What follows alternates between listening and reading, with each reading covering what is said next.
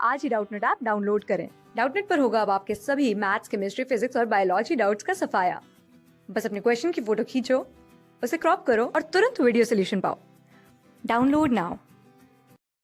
Consider the circuit shown in figure. हमें इस circuit को कंसीडर करना है, ठीक है। The circuit is in steady state.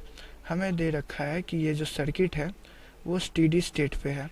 Steady state का मतलब ये होता है कि अगर कोई सर्किट में कैपेसिटर है तो वो अपने फुल्ली चार्ज्ड स्टेट पे होगा, और जब कैपेसिटर फुल्ली चार्ज्ड होती है तो उससे करंट की वैल्यू जो होती है वो जीरो हो जाती है, ठीक है।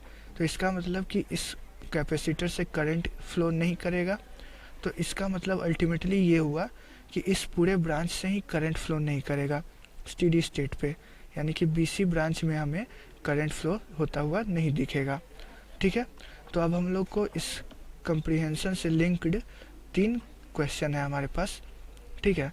जिसमें पहला है कि I1 की वैल्यू कैलकुलेट करनी है, दूसरा कह रहा है the potential of point B का कितना पोटेंशियल है ये बताना है, और तीसरा क्या है द चार्ज इन कैपेसिटर, कितना चार्ज उस कैपेसिटर पे स्टोर होगा वो बताना है स्टेडी स्टेट पे, ठीक है। तो हम लोग देख लेते हैं क्या क्या होगा। तो सबसे पहले तो ये हमारा वो I1 है और इसकी वैल्यू हमें निकालनी है। तो मैं क्या करता हूँ कि मैं मान लेता हूँ कि ये जो बैटरी है इससे करंट I2 फ्लो कर रही है। तो इस जंक्शन पे आने के बाद अब करंट केवल इधर ही फ्लो कर सकती है, क्योंकि ये कैपेसिटर स्टेडी स्टेट पे है और इससे करंट फ्लो नहीं करेगा। तो I2 करंट आगे बढ़ गया, यहाँ पे आया, यहाँ पे आया, ठीक है। ये I1 करंट ऐसे फ्लो कर रहा होगा और इस जंक्शन पे पहुँचेगा। अब यहाँ से एक ही रास्ता है नीचे जाने का, तो यहाँ पे जो टोटल करंट जा रही होगी वो कितनी फ्लो कर रही होगी, I1 प्लस I2। अब यहाँ पे इस जंक्शन पे पहुँचे हम लोग I1 प्लस I2 करंट के साथ। अब इधर करंट फ्लो नहीं करेगी क्योंकि इस ब्रांच में कैपेसिटर है, तो अब ये करंट इधर फ्लो कर जाएगी I1 प्लस I2, ठीक है। तो अब यहाँ पे I1 प्लस I2 करंट आएगी और इधर की ओर फिर से अपना डिस्ट्रीब्यूट हो जाएगी I1 और इधर की ओर I2, ठीक है। ये हमारा करंट का डिस्ट्रीब्यूशन हो जाएगा पूरे सर्किट में, ठीक है। तो अब हम लोग क्या करेंगे, अब किरचॉफ्स वोल्टेज लॉ आप लगा लो। मैं क्या कर रहा हूँ इस पूरे बड़े वाले लूप में, ठीक है, एक बार किरचॉफ्स वोल्टेज लॉ लगाता हूँ। तो हमें क्या मिलेगा, मैं इधर की ओर बढ़ रहा हूँ तो +6 माइनस 1 इंटू I1, ठीक है। फिर यहाँ पे प्लस हो जाएगा, अब पोटेंशियल इंक्रीज करता हुआ यहाँ पे दिखेगा कितना 2I2, ठीक है। फिर यहाँ पे हम लोग आए, फिर यहाँ पे ये बैटरी देखिए, इसकी पोटेंशियल से हमें ड्रॉप देखने को मिलेगा इसके आगे, तो ये -6 नहीं -4 होगा, ठीक है। ये -4 हो गया। अब यहाँ से हम लोग क्या कर लेंगे, यहाँ पे भी पोटेंशियल हमें इंक्रीज होता हुआ दिखेगा, कितना का 2I2 का। फिर यहाँ पे पोटेंशियल ड्रॉप दिखेगा -2I1 इज इक्वल टू 0। ये हो गया हमारा एक्सप्रेशन। तो यहाँ से हमें क्या मिलेगा, I1 और -2I1, मतलब कि -3I1। तो ये हो गया हमारा 3I1। I2 वाला क्या हो गया 4I2 -4I2 is equal to 2। ये हो गया हमारा पहला इक्वेशन, ठीक है। अब हम लोग क्या करेंगे, अब हम लोग किसी दूसरे लूप में लगाते हैं। तो मैं क्या करता हूँ कि इस लूप में किरचॉफ्स वोल्टेज लॉ लगाता हूँ। तो हमें मिलेगा +6 माइनस I1। अब माइनस यहाँ से कितना होगा 1 इंटू I1 प्लस I2, और फिर यहाँ से कितना होगा 1 इंटू I1 प्लस I2, तो टोटल कितना हो गया -2 इंटू I1 प्लस I2। फिर यहाँ से हमें कितना मिलेगा -2I1 इज इक्वल टू 0। तो अब यहाँ से ये इक्वेशन हो गया -I1 -2I1 यानी कि 5I1, और यहाँ पे -I2 हो जाएगा यानी कि +I2 इज इक्वल टू 6। तो यहाँ से हमें क्या मिल जाएगा, यहाँ पे थोड़ा सा गलती हो गया, ये +2I2 होगा, ठीक है। तो ये हो गया हमारा एक्सप्रेशन। तो अब हम लोग क्या कर लेते हैं, कि I2 को इन टर्म्स ऑफ I1 लिख लेते हैं। तो ये हो जाएगा हमारा 6 माइनस 5I1 बाई 2, यानी कि ये वैल्यू कितनी हो गई 3 माइनस 5/2I1। ये हो गई हमारी I2 की वैल्यू। अब हम लोग क्या करते हैं, I2 की वैल्यू इस इक्वेशन में पुट कर लेते हैं। तो ये एक्सप्रेशन क्या हो जाएगा हमारा, इक्वेशन फर्स्ट, ये हो जाएगा 3I1 माइनस 4I2, यानी कि 3 minus 5/2I1 is equal to 2। ठीक है, तो यहाँ से क्या आ जाएगा, ये आ जाएगा 3I1 माइनस 12 और ये टर्म हो जाएगा plus 10I1 is equal to 2। ठीक है, तो यहाँ से हमें I1 की वैल्यू मिल जाएगी और वो कितनी आएगी 14/13 एम्पियर। ठीक है, तो हमारा पहला क्वेश्चन यही था, I1 की वैल्यू कैलकुलेट करनी थी, तो ये ऑप्शन हमारा करेक्ट हो जाएगा। अब हमें I1 की वैल्यू मिल गई तो I2 की भी वैल्यू मिल जाएगी। तो I2 की वैल्यू क्या हो जाएगी, I2 is equal to 3 minus 5/2 into I1, यानी कि 14/13। तो ये हो जाएगा कितना हमारा 7 इंटू 5 35/13, यानी कि ये वैल्यू हो जाएगी हमारी 39 माइनस 35, यानी कि 4/13 एम्पियर। ये हमारी I2 की वैल्यू हो गई और ये हमारी I1 की वैल्यू हो गई। अब हमें क्या करना है, पोटेंशियल बताना है पॉइंट बी का। तो सर्किट देख लेते हैं।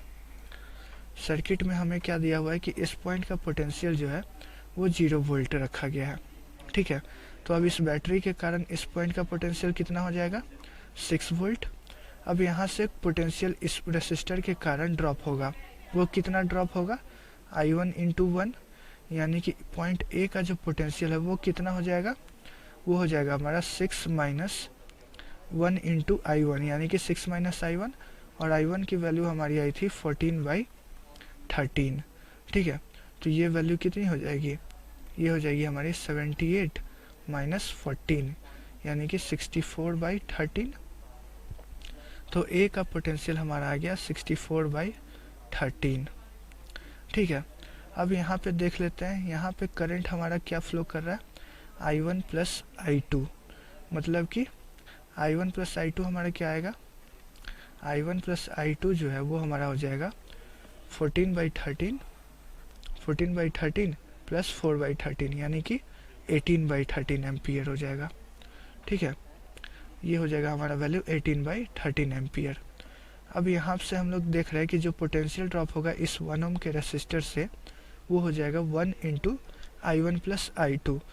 ठीक है, मतलब कि हमारा अगर इस पॉइंट का पोटेंशियल पता है तो इस वैल्यू में से अगर आप 1 into I1 plus I2 subtract करोगे तो वो पॉइंट बी का पोटेंशियल हो जाएगा। तो इसलिए हमारा जो भी बी हो जाएगा वो हो जाएगा हमारा 64/13 माइनस 18/13। तो ये वैल्यू कितनी आ जाएगी हमारी, आप 18 घटाओगे तो ये वैल्यू मिल जाएगी 46/13।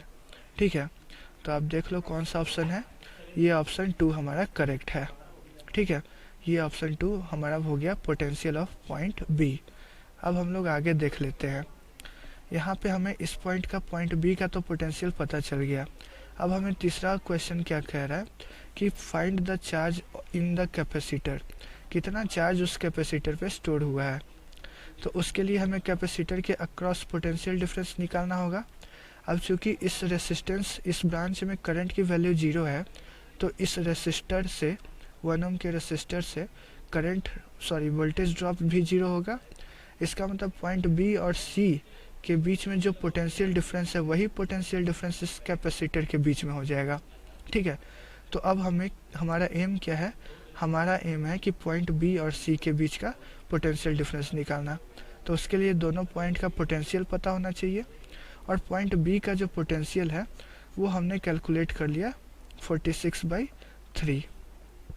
ठीक है, हमारा जो पॉइंट बी का पोटेंशियल है वो 46/3 है। अब हम लोग सी का पोटेंशियल निकाल लेंगे तो हो जाएगा। तो अब हमें देखिए यहाँ पे 64/13 पता है ए का पोटेंशियल, और यहाँ से पोटेंशियल इंक्रीज हो रहा है क्योंकि करंट का डायरेक्शन इधर है I2, तो पोटेंशियल इंक्रीज हो रहा है इस रेसिस्टर के कारण डी का, मतलब कि ए का जो पोटेंशियल है उससे 2 × I2 पोटेंशियल ज़्यादा है पॉइंट डी का पोटेंशियल। तो 2 × I2 कितना हो जाएगा, I2 की वैल्यू 4/13 आई, यानी कि 2 × I2 की वैल्यू 8/13। तो 8/13 ज़्यादा होगा पॉइंट डी का पोटेंशियल, यानी कि 64/13 प्लस 8/13 डी का पोटेंशियल हो जाएगा, और ये वैल्यू आ जाएगी आपकी 72, ठीक है, 72/13 वोल्ट। ये वैल्यू आ जाएगी आपकी डी की पोटेंशियल। मैं हाईलाइट कर दे रहा हूँ ये दोनों चीज़ को, ठीक है। अब हमें 64/13 ए का पता था, तो उससे डी का निकाल लिया। अब यहाँ से डी और सी का आप देखोगे तो कोई भी पोटेंशियल ड्रॉप नहीं हो रहा है, तो सी का जो पोटेंशियल है वो यही हो जाएगा 72/13। तो पॉइंट बी का पोटेंशियल हमें पता है कितना, 46/13, और पॉइंट सी का पोटेंशियल पता है 72/13। तो हमें चार्ज अब पोटेंशियल डिफरेंस मिल गया इस कैपेसिटर के अक्रॉस। वो वैल्यू कितनी हो जाएगी, 72/13 माइनस 46/13, ये वैल्यू 13 है, ठीक है। तो वी सी कैपेसिटर के अक्रॉस पोटेंशियल वो क्या हो जाएगा, 72/13 माइनस 46/13, यानी कि ये आप देखोगे तो ये वैल्यू आ जाएगी आपकी 26/13, यानी कि 2 वोल्ट। 2 वोल्ट हमारा पोटेंशियल डिफरेंस है कैपेसिटर के प्लेट्स के बीच में, और कैपेसिटेंस हमारा है 4 माइक्रोफेराड। तो जो चार्ज होगा वो क्या होता है, C × V, यानी कि 4 माइक्रो × 2 कूलम, यानी कि ये हो जाएगा 8 माइक्रो कूलम। तो हमारा कौन सा ऑप्शन सही होगा, ऑप्शन डी, ठीक है। क्लास 6 से 12 से लेके नीट, IIT, JEE मेंस और एडवांस के लेवल तक 10 मिलियन से ज्यादा स्टूडेंट्स का भरोसा। आज ही डाउनलोड करें डाउटनेट ऐप या व्हाट्सएप कीजिए अपने डाउट्स 8400 400 400 पर।